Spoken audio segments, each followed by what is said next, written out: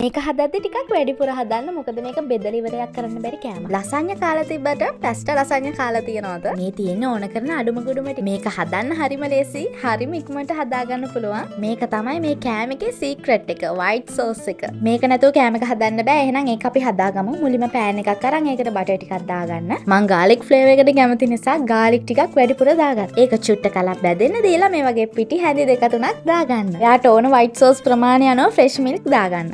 ඇත්තටම මම මේ හදන ප්‍රමාණය මදි වුණා මට අන්තිමට. ඒ නිසා ඔයාලා වැඩිපුර හදාගන්න. අන්තිමට වගේ රසායන ලුණු ගම්මිරිස් දාලා ලිපෙන් බා ගන්න. ගොඩක් ඝන වෙන්න දෙන්න එපා. මට අමතක වුණානේ. ඔයාට ඕන නම් happy cow cheese කෑලි දෙක තුනකුත් දාගන්න.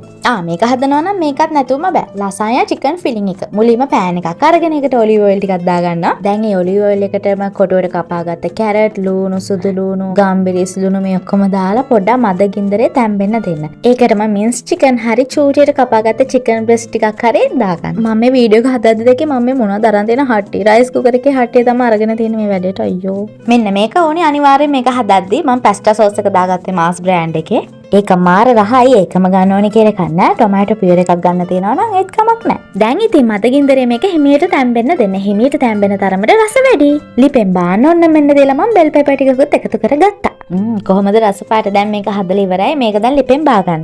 දැන් ඉතින් මේ හදාගත්ත ටික ලස්සනට ලේයර් කරගන්න තමයි තියෙන්නේ. මේ වගේ oven ගත කරන්න පුළුවන් වීදුරු බෝල් එකක් අරන් අඩියටම white sauce ලේයර් එකක් මෙන්න මේ වගේ දාගන්න. ඊළඟට තම්බාගත් pasta. මට කියන්න බැරි වුණා නේ. ඔයා බඩු ටික ලෑස්ති කරගත්ති pasta ටික තම්බලා තියාගන්න. ඒකට උඩින් අපි හදාගත්ත chicken filling එක. මෙන්න මේ වගේ මාරුවට ලේයර් කරගෙන යන්න වගේ භාජනයේ උසනුව.